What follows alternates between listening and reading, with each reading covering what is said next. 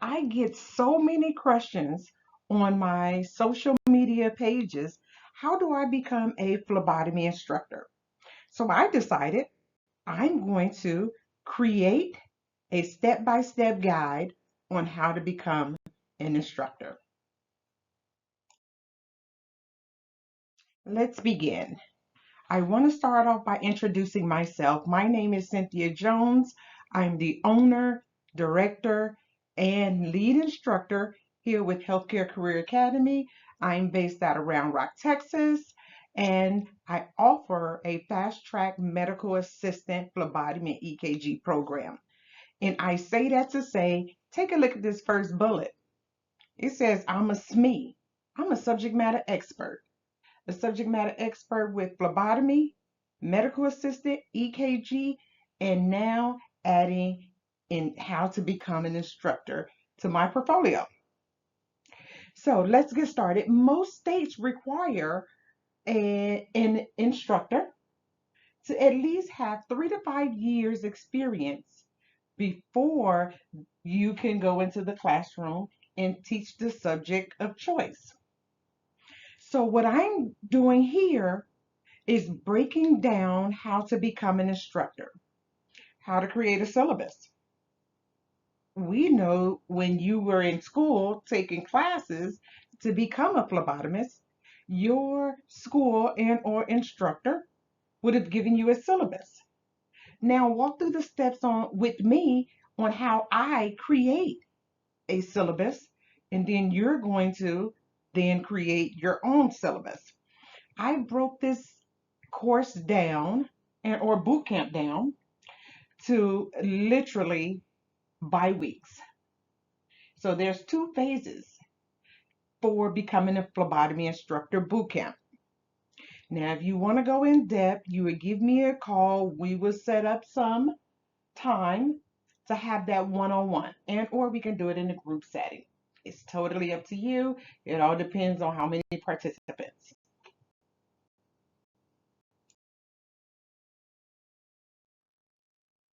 Now, I do offer a 3-week phlebotomy instructor boot camp. And what do I mean by boot camp? It's just giving you the information and or materials on a one-on-one basis. Again, as I stated before, maybe in a group setting. And I would be available on Tuesdays and Thursdays evenings for that one-on-one, that conversation on how to become an instructor. I've been an instructor now for many years. I taught at 5 different schools before opening up my own. And hence the reason why I call myself a SME, a subject matter expert. I like to think I'm an expert in the subject, becoming a phlebotomy instructor.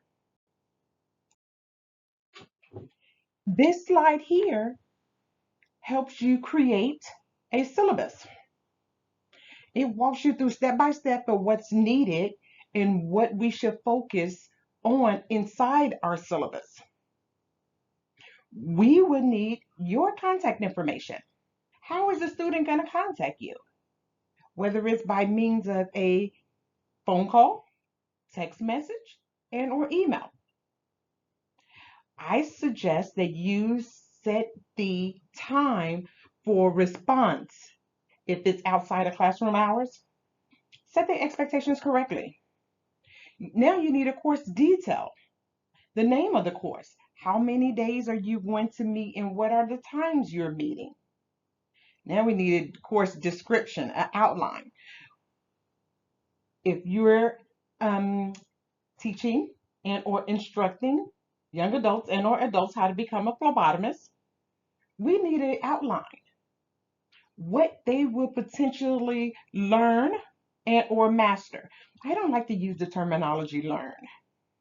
It's what you're going to master. I'm good at that. You probably will hear it going forward. I just put a twist on words that means the same thing. It's just what you're going to master as a student in your program and or class. Now we're going to list the textbooks you're going to receive. Whenever I get the phone calls and or messages, hey, Cynthia, I want to become an instructor. What should I do first? Identify a textbook. because you can't create the syllabus until you receive and or identify which textbook you're going to give the instruction out of. Identify that textbook. I will say you need to read that textbook from cover to cover. We're going to go over a lot of information. And if you see here, it says syllabus. I gave you a brief description of a course, how your course should look if you're teaching phlebotomy. Now, I also teach medical assistant and EKG curriculum. Phlebotomy is a component of course, we already know the medical assistant curriculum. Phlebotomy is. So this is how the guts look of your syllabus. It has a course description. There go the length of time, the length of the course name, the start date, the end date. Whenever I tell someone who calls me wanting information, now we have to be very mindful of the start date and end date. I always suggest throw in at least 2 more additional business days. And here's the reason why. In the event some unforeseen issues may come up, you have that one day to account for, unless you do hybrid or what I call distant learning or remote learning. Distant learning and remote learning is the same thing as hybrid. Some states says you can't use the terminology hybrid unless you provide your students with a tablet or a laptop. Most of us didn't know that. I didn't realize you have to be very mindful of the terminology we use as instructors or school owners. I don't own a school, I own an academy. Because schools, whenever you hear the term school, you think of elementary, high school. I don't own an elementary or high school, I own an academy. And again, remember what I mentioned 2 slides ago? I just like to have a play on words, same darn thing. All right, so now you need the class hours. Now, again, just like the days, we need to put in additional hours in the event some unforeseen issues may arise. And now what you can do is use those bonus hours for makeup hours. Now it also has here, we identified which textbook you're going to use. You need to provide that information to the students, which textbook you're using.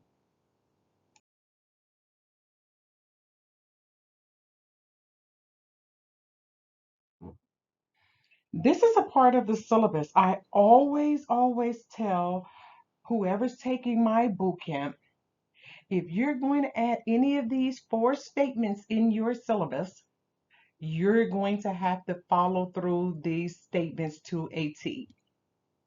Of course, we already know the ADA. But if you're offering any tutoring, you need to make yourself available if there's any students that are in need of tutoring. If you don't have the flexibility for tutoring, I suggest you remove it. Now, the policies and exams. Whatever policy you create for any exams, pop quiz, or any study material, I suggest you follow it to a T. Please follow it to a T, because you're going to have that one creative student that reads a syllabus from cover to cover, page to page, front and back, and they will hold you to it. Every time someone takes my boot camp who's wanting to become an instructor, I advise them, whatever you write in your syllabus that you're providing your students with, you have to follow it word for word, statement for statement. Now let's talk about how the course is broken down or broken up. If you see here, it says week 1. I offer my phlebotomy class in 4 weeks. It's accelerated. Accelerated is just a pretty term for a fast track. There go that play on words again. My students cover 4 chapters each week. And you will see here, I just gave you a brief description of all 4 chapters. Well, there's only 3 on this page, but 4 chapters. Um, we do an introduction the first day. It says objective, chapter 1 through 3. You need to break down the number of hours that you are spending on each week, each subject, each chapter. You're also going to need to create an exam. Now that's in the master class of the boot camp, how to create an exam, where we're going to place that exam. If you're wanting your students to complete their exam on old-fashioned paper and pen, and now you have to sit here and grade it with your answer sheet, I say I don't reinvent the wheel. There's no need to do all that. I have creative ways to creating exams so I don't have to grade them. But they are graded, but I don't have to manually go in and grade them. All right, let's follow along. All right, I know this is what you came for. Here's what you will master. You will master how to create a PowerPoint in my boot camp. I would give you 3 chapters. You would create PowerPoints. I tell my potential instructors that 10 slides max to each of those chapters. So I normally focus on 3 chapters. I have them identify out of those slides what I like to call aha moments. Aha moments is key information that they're going to need for their certification exam.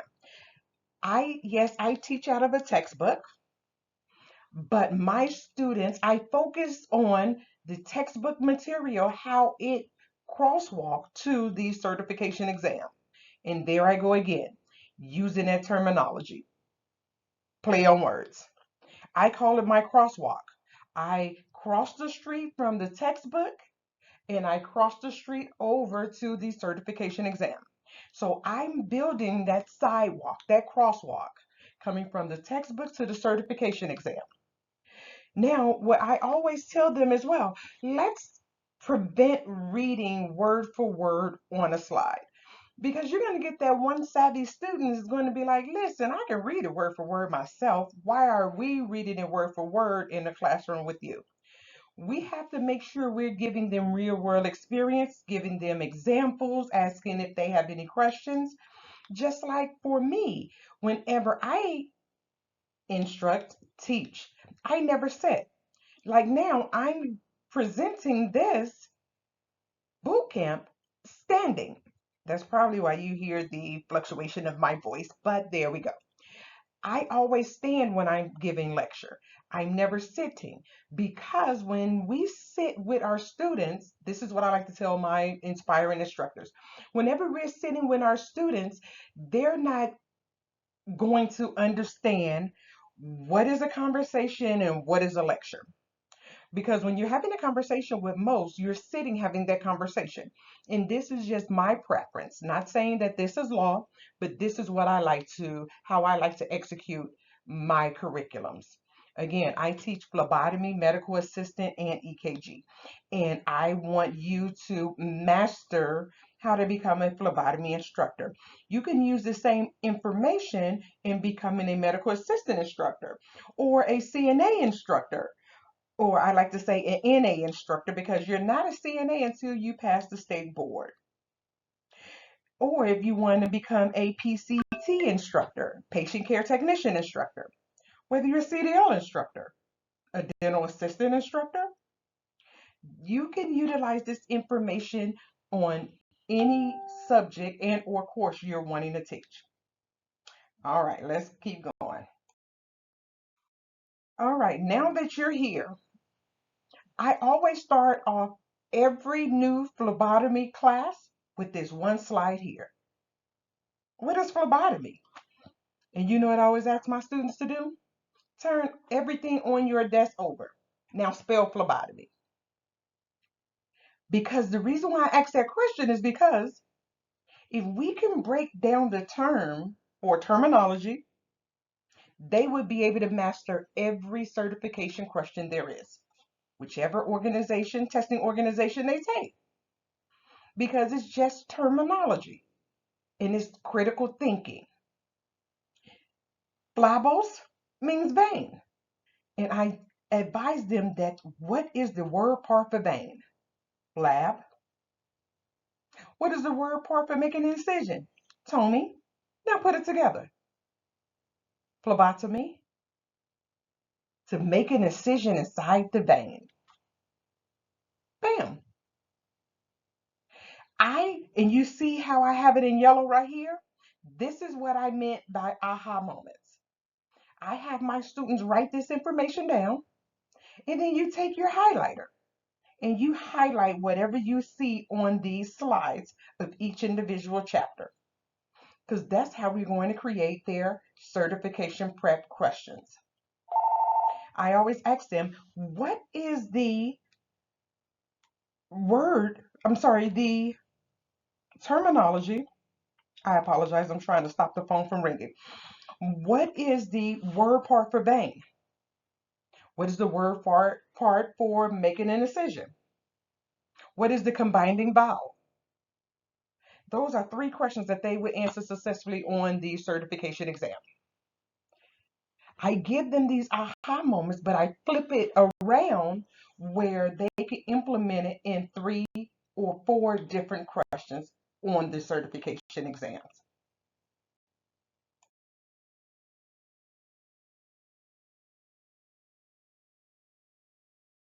Now let's talk about creating a resume template. I know you're thinking like, look, I didn't click on this video to learn how to create a resume for my potential students. You should have clicked on the video to figure out how to build a resume for your potential students. And here's the reason why. Nothing like a student sitting in your classroom for 4 weeks, 6 weeks, or 8 weeks.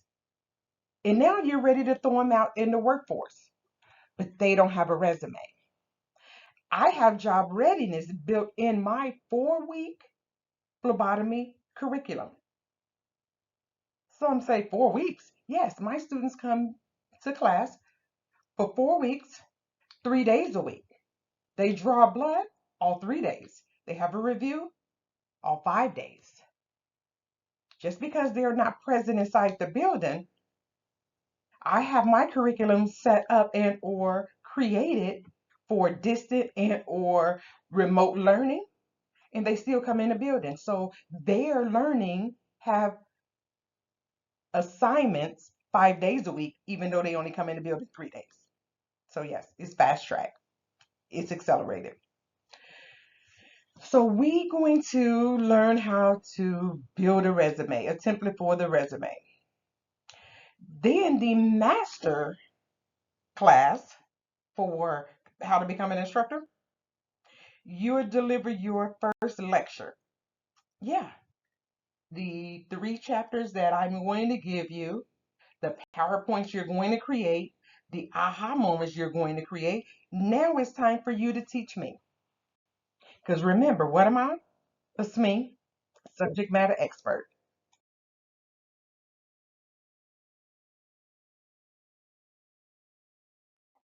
Now I know some of you guys are looking at this video like, where is she? I don't see her. How is the slides flowing and I don't see her, or I'm just only hear a voice, but I see these slides? I recorded this lecture. I pre-recorded the lecture and or the boot camp, and I uploaded it to TikTok. I uploaded to Instagram. I uploaded it to Facebook. I uploaded to YouTube. In the master class, How to Become an Instructor, I will walk you through the steps on pre-recording your lectures. This is how I can offer distant learning and remote learning, because my lectures, but every chapter I've pre-recorded. And my pre-recorded lectures are mobile friendly because I'm sure some of you guys who clicked on this video are using your mobile device.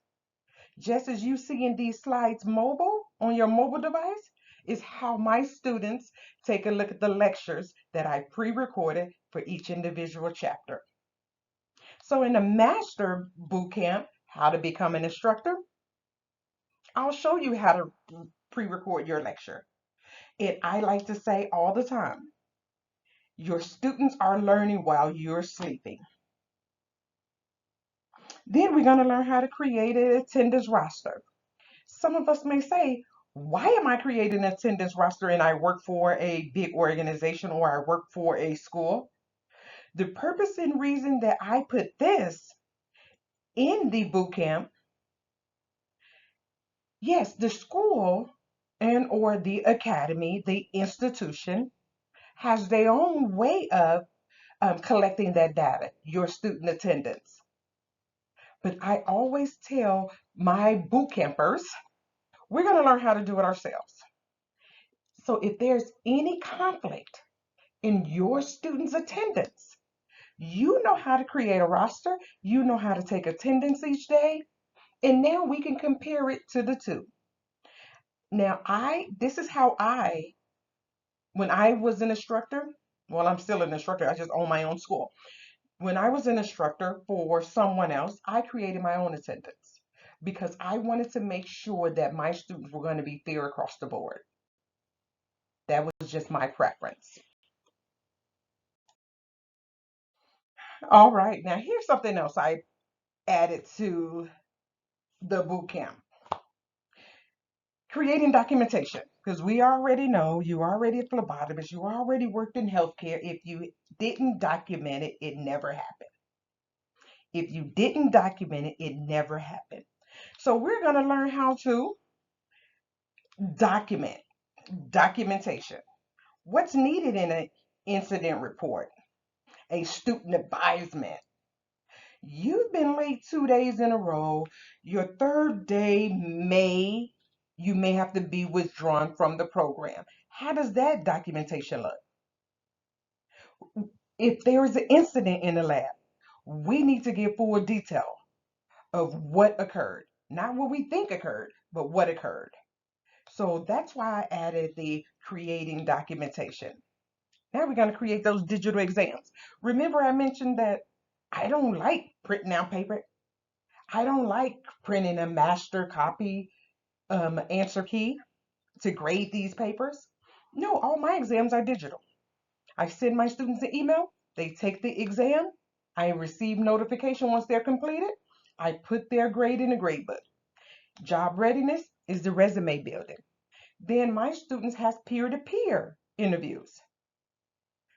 They are sitting at a panel interview with their peers.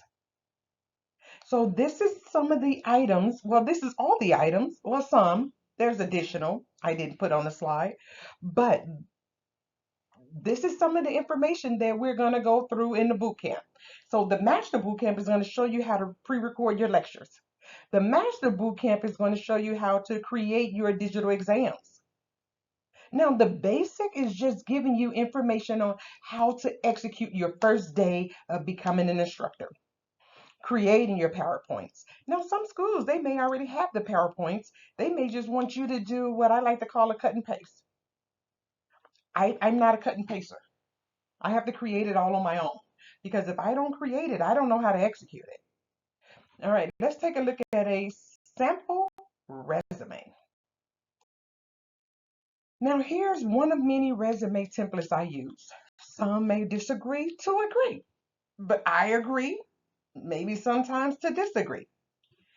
I always have my students put their first and last name on the top. If you have a middle initial, I strongly advise the middle initial. That's just coming from my world of being a recruiter. Whatever your skill is, whatever you went to school for, if you're certified, that should be the first thing they see. Certified phlebotomist or phlebotomy technician. But I'm a certified phlebotomist because we know the difference between phlebotomy and phlebotomist. There is a difference. Phlebotomy is the art of drawing blood. Phlebotomist is the person who's drawing blood. Add your city and state, never your physical address. That's my preference. Your phone number and your email address. Then give a brief summary about yourself. You want something eye-catching. You want to tell them that you're the best. There's no need to look at anybody else's resume because mine is here. That's what the professional summary. Now, the experience, of course, you already knew where you worked, right? I say all the time, don't reinvent the wheel. If that job is hiring on Indeed today, pull those job requirements, the job duties. Pull it from Indeed. There's no need for you to sit here and say, oh, I forgot what I did. Oh, I used to answer the phone. Oh, they used to have me transfer calls. No, go pull it directly from the Indeed post. Please do not reinvent the wheel. And I cut off the skills. Whatever skills that your students will learn while in class with you, those are the skills that they should be putting on their resume. Now, it's just a little information how to become a phlebotomy instructor. If you want to go in depth in detail, click the notification button. Click the like button as well. Click the thumbs up. And put your questions in the comments. I receive an email if you add a comment to my YouTube channel. All right, stay tuned for more tips and tricks.